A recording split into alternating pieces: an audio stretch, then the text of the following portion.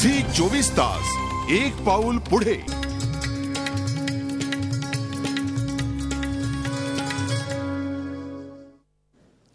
मोर्या मोर्या मी बाळतान्ही तुझीच सेवा करू काय जाणे.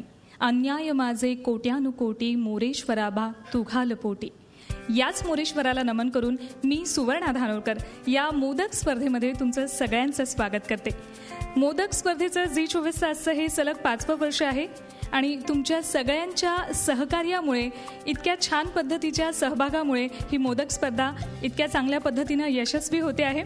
आणि या मोदक स्पर्धेसाठी ज्यांनी सहकार्य केलं आहे, अर्थातच जे प्रायोजक आहेत त्यांच्याबद्दल एकदा आपण जाणून घेऊयात. या मोदक स्पर्धेचे प्रायोजक आहेत परान स्पेस गेम्स, सुजानिल किमोज लायसेल, सिद्धिविनायक ग्रुप, त्यानंतर Patel group and companies, Patel Colossus Kalyan, NKGSB cooperative bank, त्यानंतर राजाराम पाटील दूध संघच, कृष्णा दूध, आनंदी वास्तूज, वास्तू ज्योतिष आणि Abhiruchi fun and food village private limited, mall and multiplex.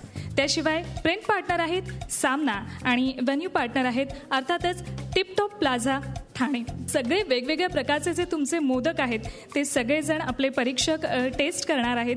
वेगवेगळ्या क्रायटेरियामध्ये त्यांना मार्क्स दिले जाणार आहेत. तेव्हा परीक्षक कोण असतील आपले ते एकदा आपण जाणून घेऊयात. या स्पर्धेसाठी परीक्षक म्हणून जे काम पाहणार आहेत त्यातली एक अभिनेत्री अशी आहे जिनं कोंबडीला पळवलेलं आहे आणि त्या कोंबडीला पळवता पळवता तिच्या तालावर आपल्याला नाचवलेलं सुद्धा आहे. अर्थातच अभिनेत्री क्रांती रेडकरला मी विनंती करते की तिनं एकदा स्टेजवर येऊन बसावं.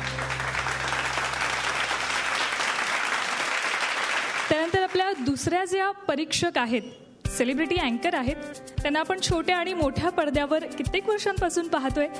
ताकदिनादिन याचं त्यांनी अँकरिंग सुद्धा केलेलं आहे. त्याशिवाय पांढर, विठ्ठल विठ्ठल, सुंबरान यासारख्या खूप चांगल्या चित्रपटांमध्ये आपण त्यांचा अभिनय सुद्धा पाहिलेला आहे. अर्थातच अभिनेत्री वृंदा गजेंद्र, मी त्यांना विनंती करते की त्यांनी स्टेजवर यावं.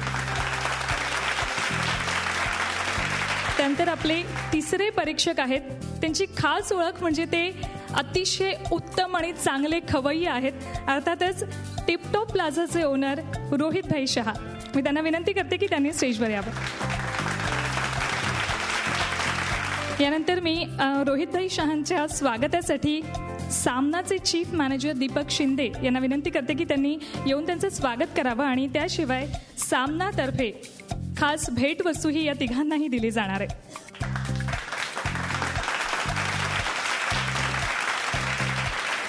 वृंदाताईंच्या स्वागतासाठी मी आमंत्रित करते झी 24 तासचे बिझनेस हेड भूषण खोत यांना. क्रांतीच्या स्वागतासाठी सुद्धा मी भूषण खोत यांना विनंती करते.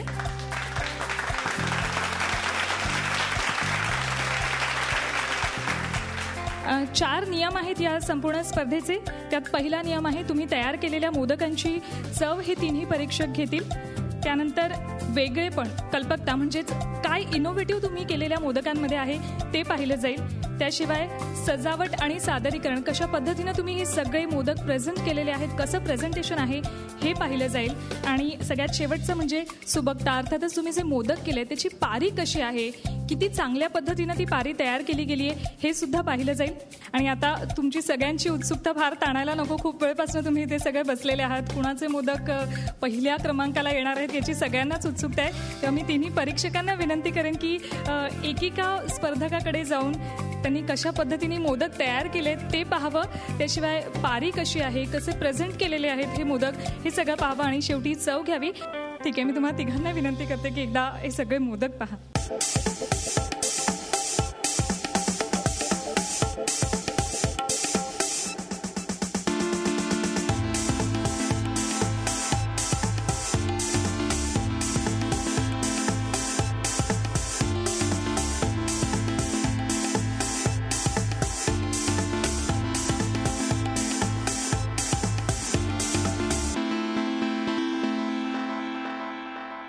या मोदक स्पर्धेमध्ये खूप वेगवेगळ्या प्रकारचे मोदक तयार करून आणले आहेत. वेगळ्या प्रकारची पारी आहे, वेगळ्या प्रकारचं सारण आहे.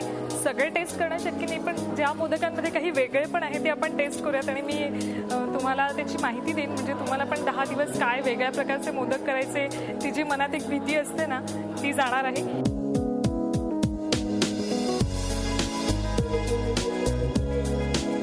एक खरबूज आहे ना, खरबुजाचा गर आणि बदामाची पेस्ट याची पारी केली आहे. हां, आणि याच्यात विशेष म्हणजे याच्यात तेल, तूप, गूळ, साखर काही नाही. आणि आतलं स्टफिंग जे आहे अंजीर आणि गुलकंद. त्याच्यामध्ये तळण वगैरे असं काही प्रकार नाही, उकड पण नाही याला. फक्त ते आपण खरबुजाचा गर घट्ट करून घेतला बदामाची पेस्ट टाकून आणि ते घट्ट होतं असं, आणि मग त्याची पारी केली, त्याच्यामध्ये भरली.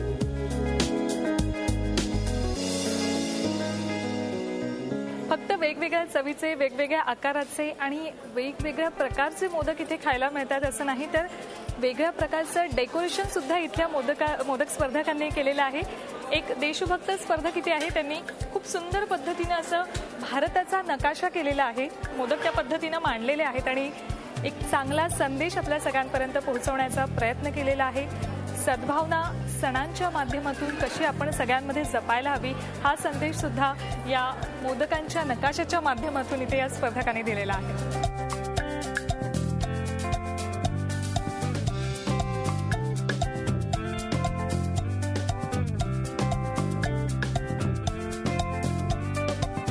नमस्कार.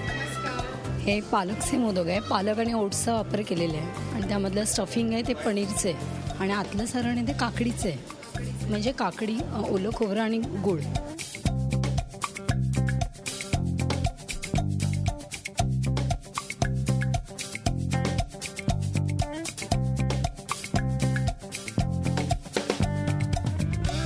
हे जे माझे मोदक आहेत हे म्हणजे भाजींचे आहेत. लहान मुलं आजकाल भाज्या खात नाही आणि आपण पण कधी कधी आळस करतो काय काय भाज्यांसाठी.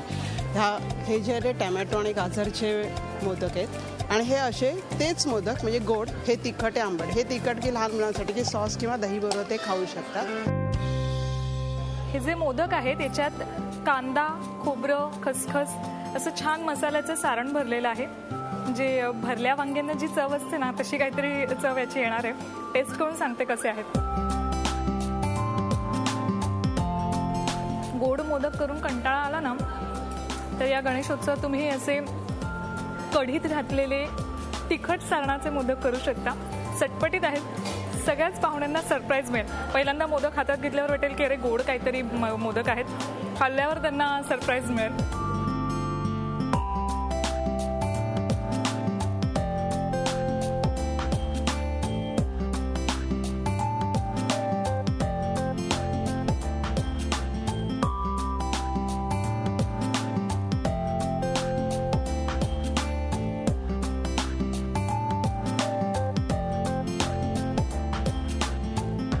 डेकोरेशन म्हणून मी मक्याचंच हे कापून छोटे छोटे तुकडे कापून त्याचंच गणपती बनवला आहे.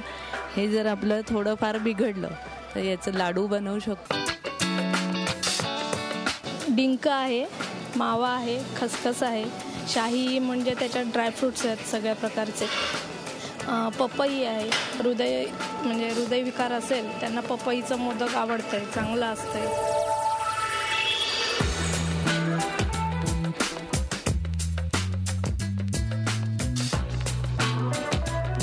या मोदक स्पर्धेमध्ये इतक्या वेगवेगळ्या प्रकारचे मोदक आहेत, वेगवेगळ्या प्रकारच्या पारी केलेल्या आहेत खूप जणांनी.